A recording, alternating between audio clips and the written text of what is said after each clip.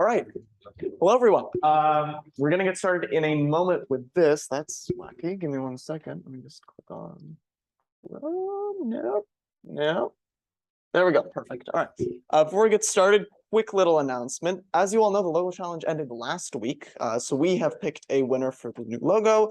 I don't have it in the slides yet because I made an oopsie. But the winner of the competition is, I'm probably going to butcher this, Neil Walsh. So if you're here, Neil, feel free to come up after. I'd love to talk to you, get stuff figured out. Or worst case, we'll shoot an email and get all this settled. This will also be in the recording. So congrats to Neil. All right. Let's get started with the, instructional material for today. We're going to be covering the naive Bayes classifier.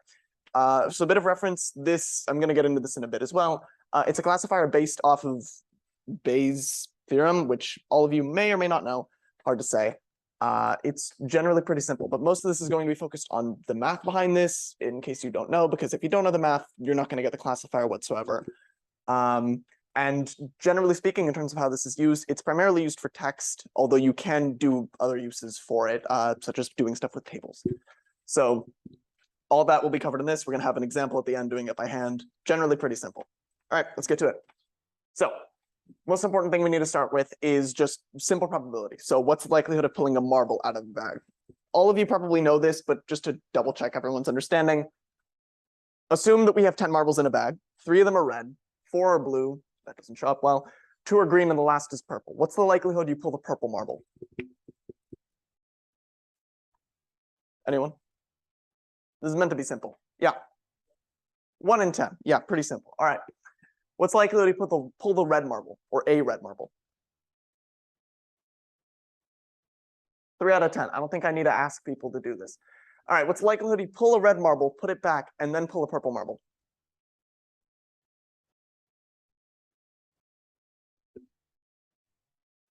Yeah. 3%, right, 3 out of 100. Pretty simple. The way you get it, you just multiply the probability for pulling the red.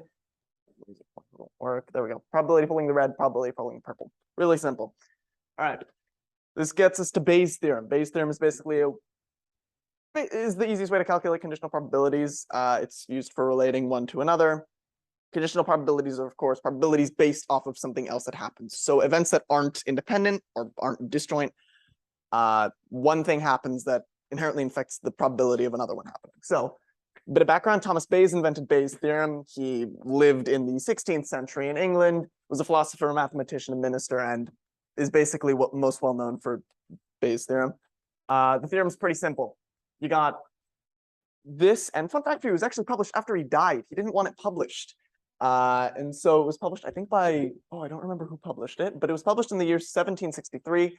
And this is the formula we all know when you do simple probability stuff. So the probability of A and probability of A and B are pretty self-explanatory. It's P of A and P of B. And then you have probability of B given A and probability of A given B. And what exactly that means, we'll get into in the next slide. So A given B. So again, assume that you have 10 marbles in a bag. 3 are red, 4 are blue, 2 are green, and the last is purple. What's the likelihood you pull a red marble, don't put it back, and then pull the purple marble?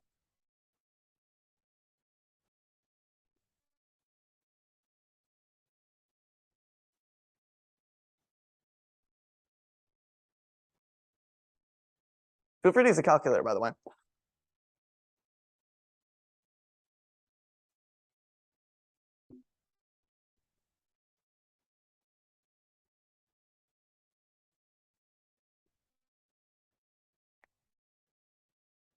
Yeah. 4/9. No. Is it what? Yeah, what is that as a fraction? 3 over 90 or 1 over 30, right. So can you explain why it's 3 over 90 or 1 over 30? Because it starts with pulling the marble, which is 3 out of 10 to the probability. Right. Then you don't put it back to another 9 marbles. And then you pull the purple marble, which is 1 over 9, so it's 3 over 10. Exactly. Same way you calculated it for when the 2 are independent. Now, because you don't put it back, the events are dependent. The probability changes if you put the marble back to when if you don't. Like, For example, now that there's 9 marbles in the bag and you try and pull the purple one, you're not going to have a probability of 1 in 10 in pulling it. You're going to have a probability of 1 in 9. So 3 over 10, 1 over 9. You can simplify, it becomes 1 over 30, which isn't the same as 3 over 100. So this is just a basic principle of what we call dependence. But I'm not going to do a whole lecture on statistics. That's pretty lame.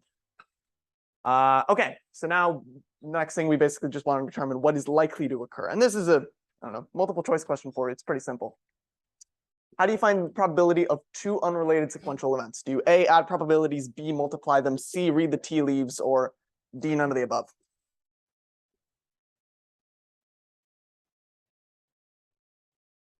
All right, the answer, of course, is B. We've already done this.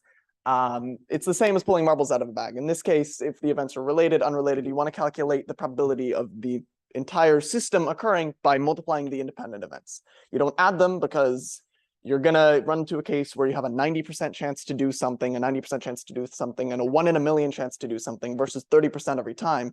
If you just add them, the 90%, and the 1 in a million is going to be greater than if you just add the 0.3, 0.3, 0.3. So we multiply the probabilities. This is pretty obvious. I think everyone knows this. This is a general rule for calculating probabilities. Pretty bored, simple stuff. So basically, generalizing the solution, we have this formula here. This pi here, it's a capital pi, just represents a product. We go from 1 to n being the number of events, and the probability of each event occurring. It's literally that simple. It's exactly what we've been doing this entire time, just with a little bit of mathematical notation. All right. So how might this be a problem if we do it with a computer? So assume quickly that we have 10,000 different events in a series. If we use that formula, if we use this formula where we take a product, there we go. If we take the product of all those independent events, what might be a problem that we're going to run into by doing this with a computer?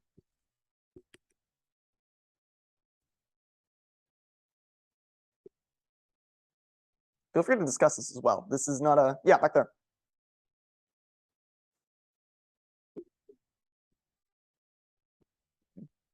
That's correct. Can you be a bit more specific in what you mean? Because that is the case, but what exactly, how exactly might that occur?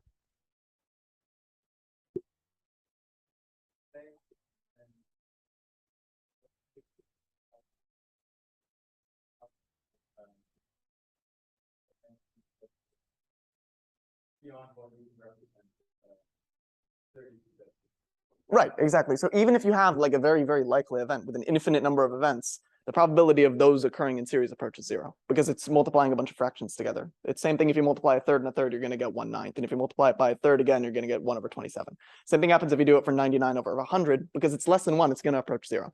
And you could represent that with calculus and there's a proof, but it doesn't really matter. The point is basically this is going to be a problem for us because computers don't have infinite memory and numbers are limited in size inherently. So does anyone think they know what might the solution be to this?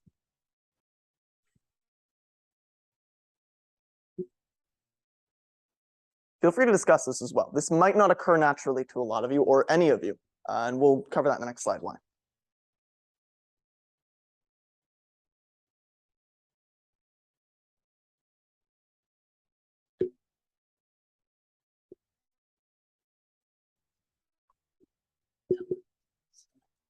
Wording is representing 0.001233 random. How do you let's string pi in an easier way?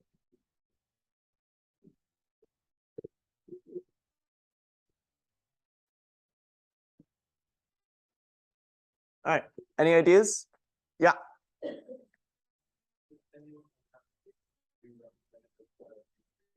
Geometric series. Good idea.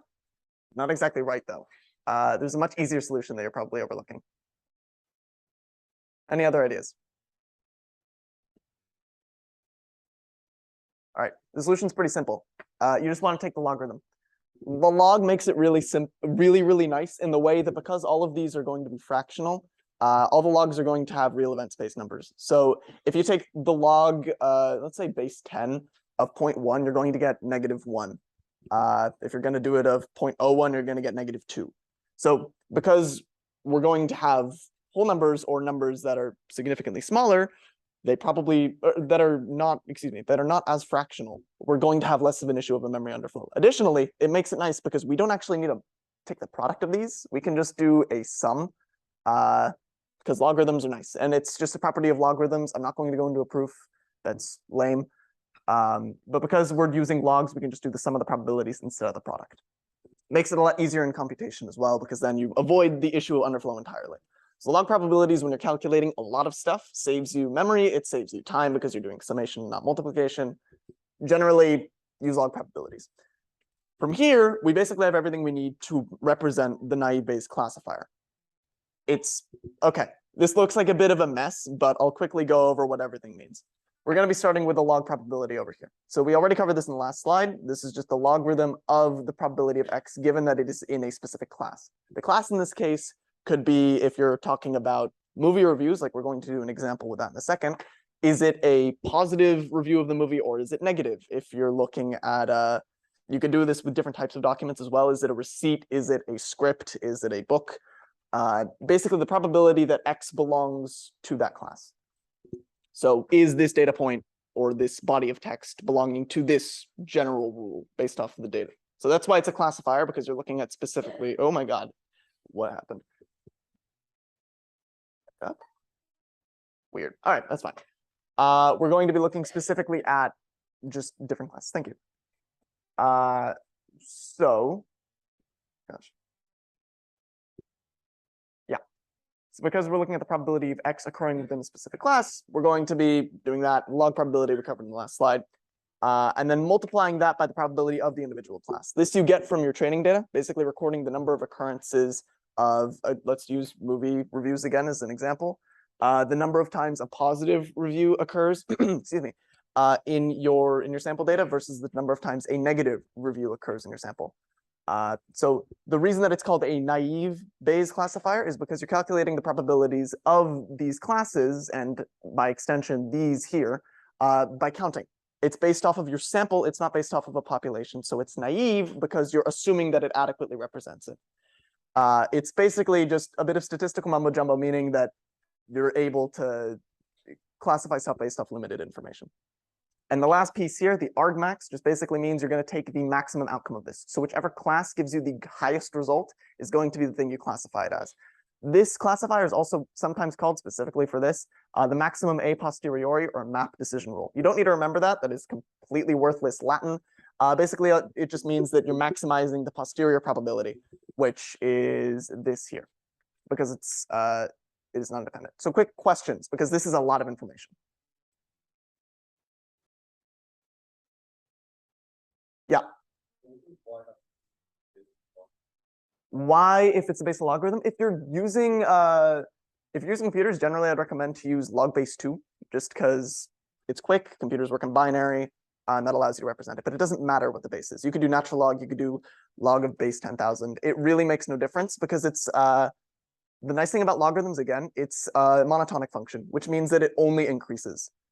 Or excuse me, it only behaves in one way. It increases continuously from from 0 to infinity in the x and negative infinity to infinity in the y. So because it's monotonic, it doesn't matter what the base is. It's always going to behave the same. It's just going to be how much it shifts. Good question, though. Other questions?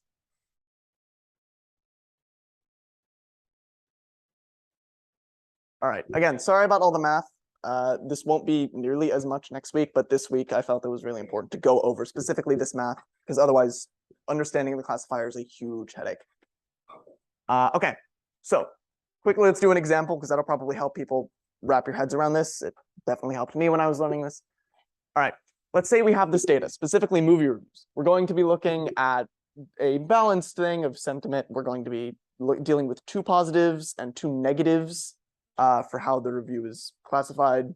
Just like the movie was, oh, let me go back up, sorry. The movie was really terrific. I hated it. It really, really sucked. I never saw it. It was a waste of time. The writing was exceptional. You get the idea. I'm not going to bore you with it, right? Anyone notice anything special about this? Specifically how the words are spaced out?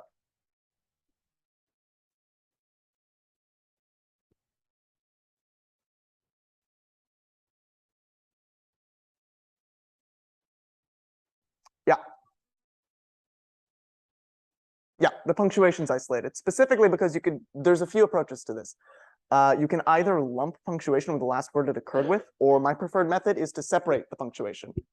If you're dealing with a body of text that isn't treated, you're going to need to, like, specifically if you're doing this with text, you need to write something to parse the text. There's a couple options for how you deal with punctuation. You can either keep it attached to the last word it was attached with, which I'm not a huge fan of because it makes your it adds more values to the thing, which makes it less, which doesn't mean you get as interesting a result. Instead of just looking at, oh my God, I keep pressing all the way down. Excuse me 1 second.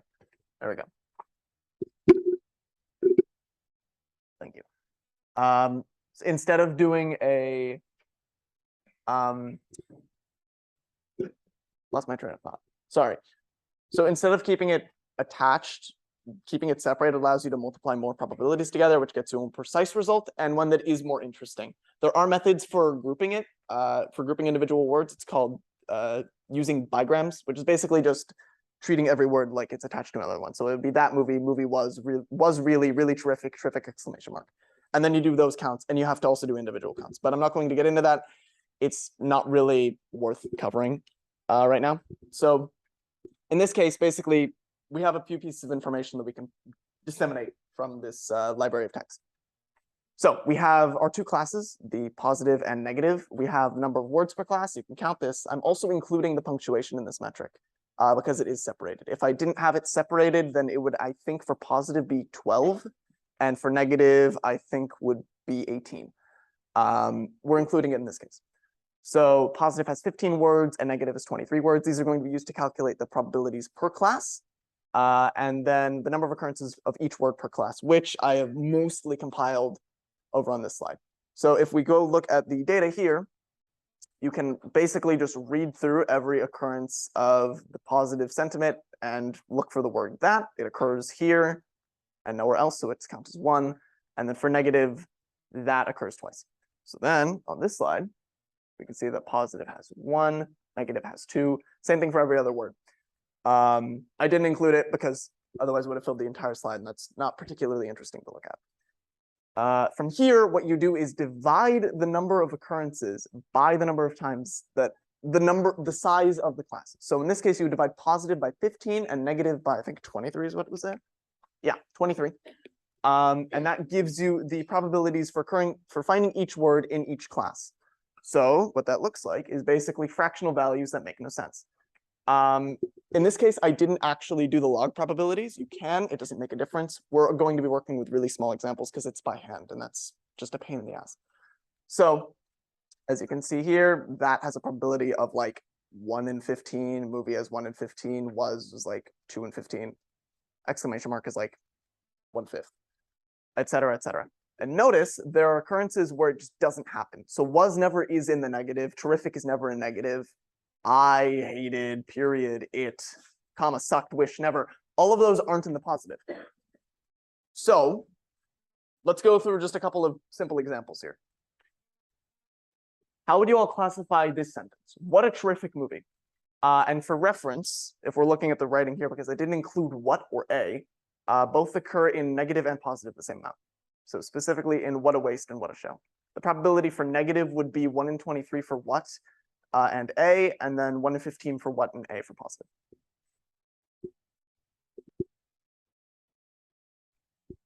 So what do you guys think this sentence would be, or this review? Would it be positive or negative? Positive? Why do you think it would be positive? Has more.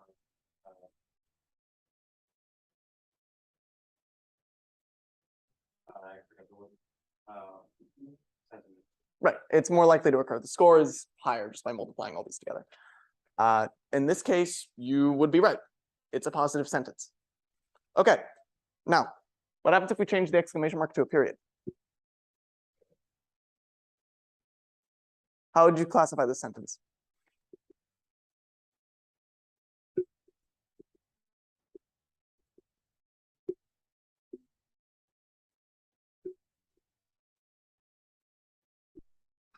Still positive? Why do you think it's positive?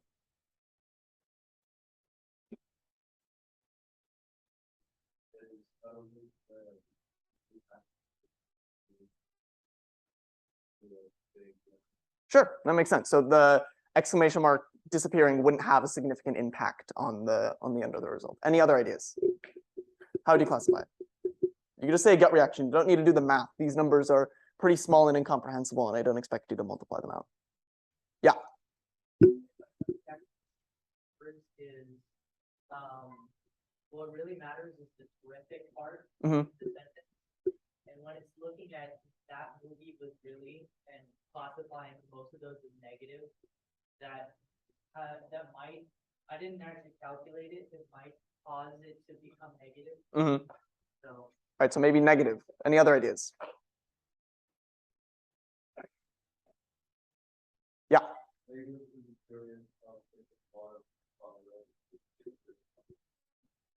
Right, it's 13%. That is very important. Okay, so 2 votes for negative, 1 for positive. Anyone else have another opinion they want to add?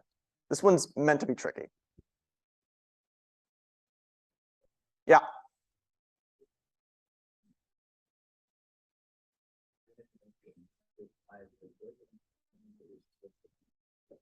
Mhm.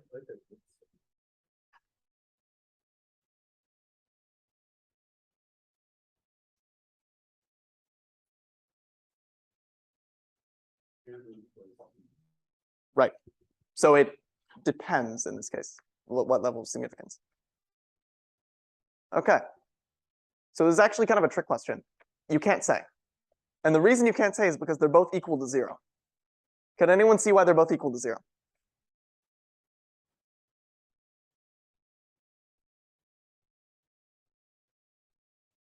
There's no occurrence of period in the positive, and there's no occurrence of terrific in the negative. This is a problem with this classifier. I'm not going to undercut this. This is a serious problem if you're using the base classifier. There's a few solutions which I'm going to get to in a couple slides. But before we get there, can anyone think of potential solutions for how to fix this issue where you have no occurrence of a word in a class, or you just never see a word? So what happens if instead of terrific, I said it was awesome? It would still be 0. Like, even if we can ignore every single other term, we could just put the word awesome in there and it would spit out zeros for both, or just give you null because it never occurs. So talk amongst yourselves for 2 minutes, let's say. See if you can think of any potential solutions to avoid this issue.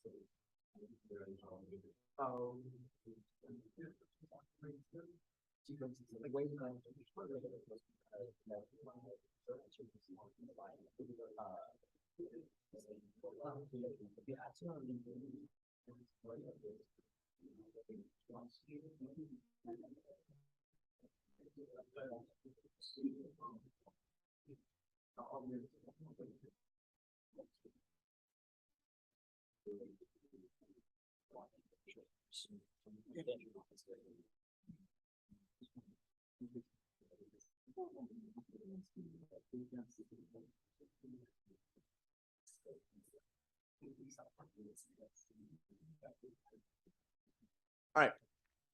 Anyone have any ideas? How might you avoid the occurrences of zeros?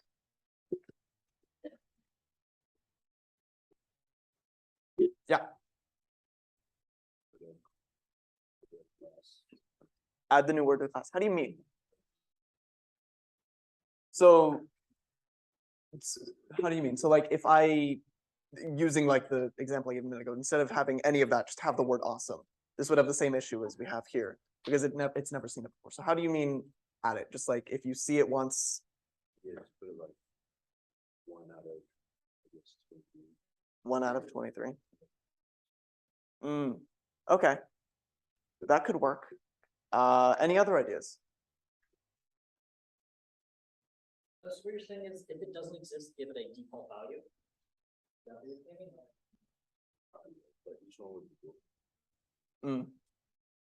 Other ideas? Yeah. Ignore the character. How do you mean?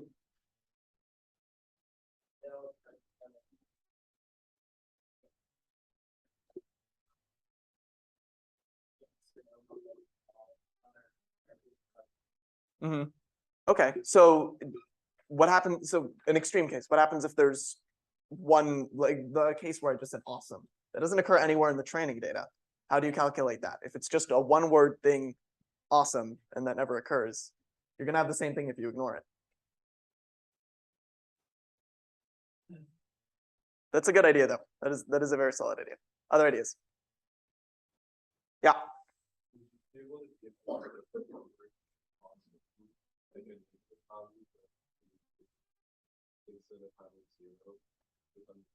A negative value.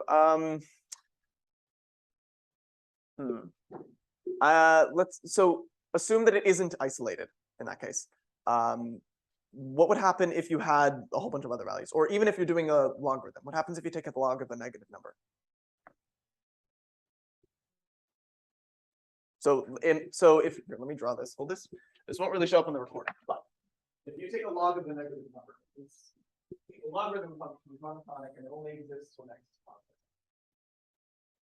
It looks like this, right? If you have the logarithm function, you plug in x is negative 1. What would the value be?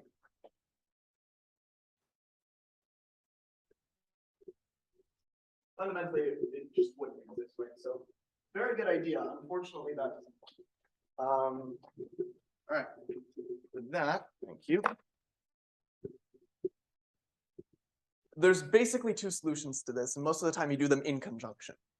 The first one is adding what's called an unknown. Basically, you take words that don't really occur that much, and words that you've never really seen ever, and you take all the words in your training data that are under some sort of tolerance. So say we have 10,000 words, take all the words that occur once or twice, and you lump them together into one class. That way, if you have a bunch of words that occur really little, then you can just lump them together, and every time you see a word that you've never seen, just use the probability of unknown.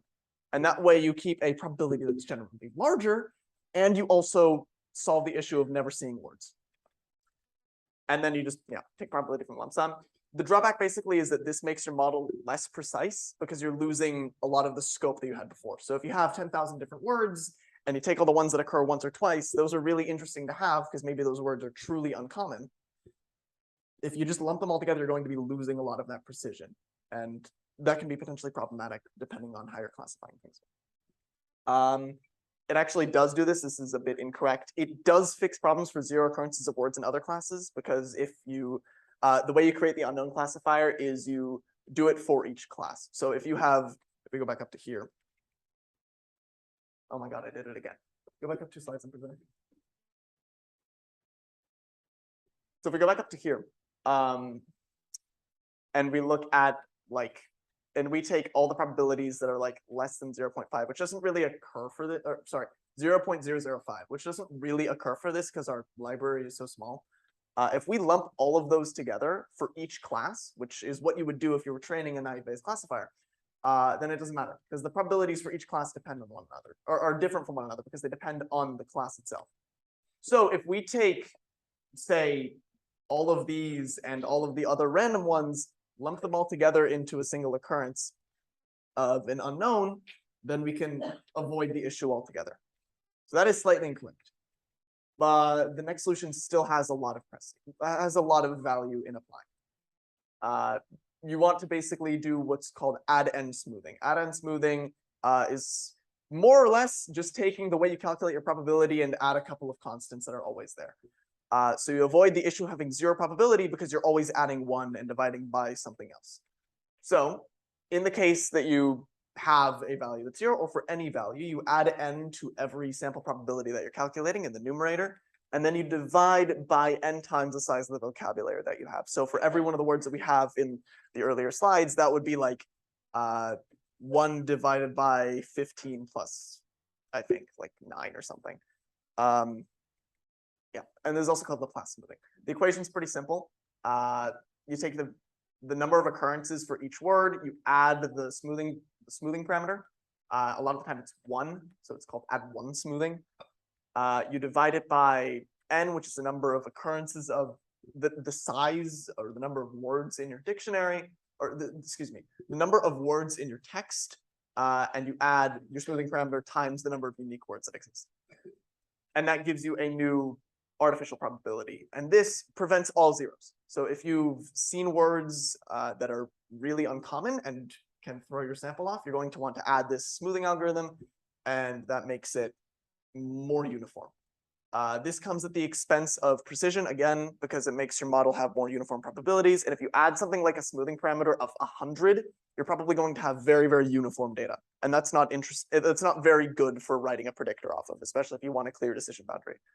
All right. So next week, this was a lot. I'm so sorry. I didn't realize how much it was until I presented this, but this is a lot. We're going to be going over add n or add one smoothing in detail. We're going to be covering grouping and unknown variables, and then doing a bit of code.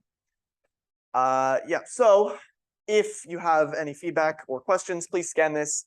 And actually, I'll answer a couple questions now because we still have a bit of time. We can go over like drawing the map or. Actually, that's a great idea. And the recording. So let's quickly go back a few slides. We're going to just go over the map. That's a great idea. Thank you. Because I didn't do a good job of making the slides.